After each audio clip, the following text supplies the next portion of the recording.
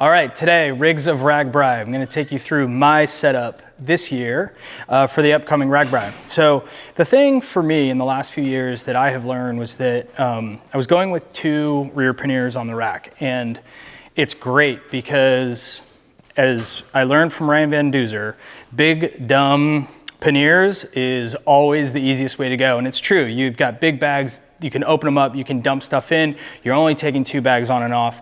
But a couple of things that I've encountered in the last couple of years is that when I'm getting the bike ready in the morning, when all the weight's in the back, it gets really swingy. When you're getting on and off the bike and you're navigating through people or stopping or you're trying to pivot around, having all the weight in the back can be a little bit uncomfortable. It makes the ride experience nice because I'm not looking at my stuff and the bike feels very balanced when I'm riding. But for logistical reasons, I want to be able to space some stuff out. So the big thing that I've done this year is I've got the smaller Ortlieb Gravel Packs on the front so I can start to break stuff up. What I originally was going to do was actually a front roll bag, but what I found is that if I was just doing 1 night or 2 overnights, it's easy to get in and out of that. But I think over a 7 or 8 day period, getting that front set up, kind of packing it all either to fit inside a dry bag setup or even within a burrito and having things unprotected, it just felt like it was just going to be too loose. I'm sure other people have had a different experience, but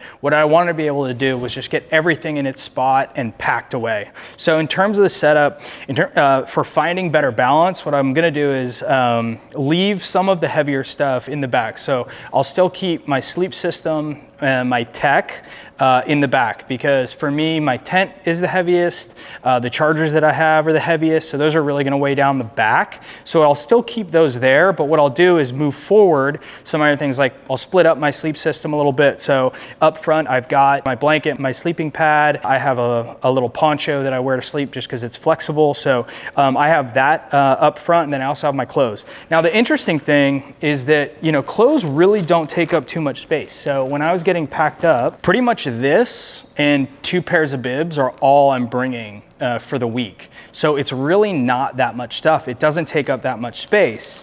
It's the sleep system that takes up a lot of space. And it is just things like your tech. Like when you look at even just this, which is my fan at night, I wanted something that was big enough so that I could actually stay cool. I actually have 2 of these. One is in there, but I have 2 battery packs. This takes up a bunch of space. And then you just get in a little stuff like, you know, sunscreen, and that will end up really kind of taking up the majority of what you have. So I really wanted to find balance this year. 2 things for me that I'm switching up as well. So this year I have 2 insulated bottles, so I'll keep 1 on the bike and then I'll keep 1 in a feed bag. I have never felt like I need more than 2 bottles because there are so many stops. So for me, I get into town, I'll usually have a water, a sugary drink of some kind, a snack, and then fill up my bottles, and that can get me in through the 10-mile stretches. But I have a second feed bag up here so that I can prioritize this little guy. This year, the Osmo Pocket 3, Osmo Pocket 3. So we'll have this up front. I want it to be easy and accessible so I can just grab it for when we're on the go to grab content. So that can drop right in here.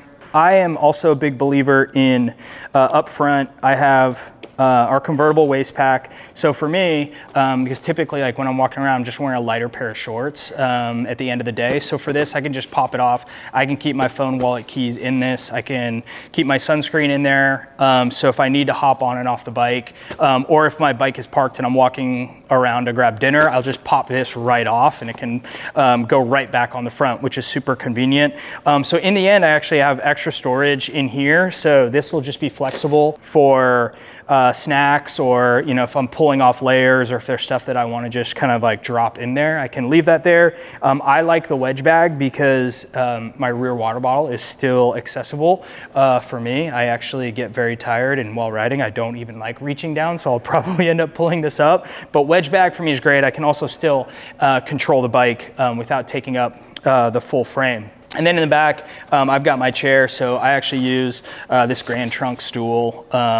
It doesn't have a back, which can be brutal when you're tired, but the size of it is really great. So I'll just strap that with a modal on the back of my rack. Also, This will be very close to me, my click stand. Not using it right now because we want to keep the bike vertical, but I will also have my click stand very accessible for all of the stops. So that's my setup. Again, this year I'm shooting for a little bit more balance, ease of movement, ease of accessibility to the stuff that I need to pop on and off that I want to keep secure, like my phone, wallet, and keys, but also hydration and filming all of the adventures.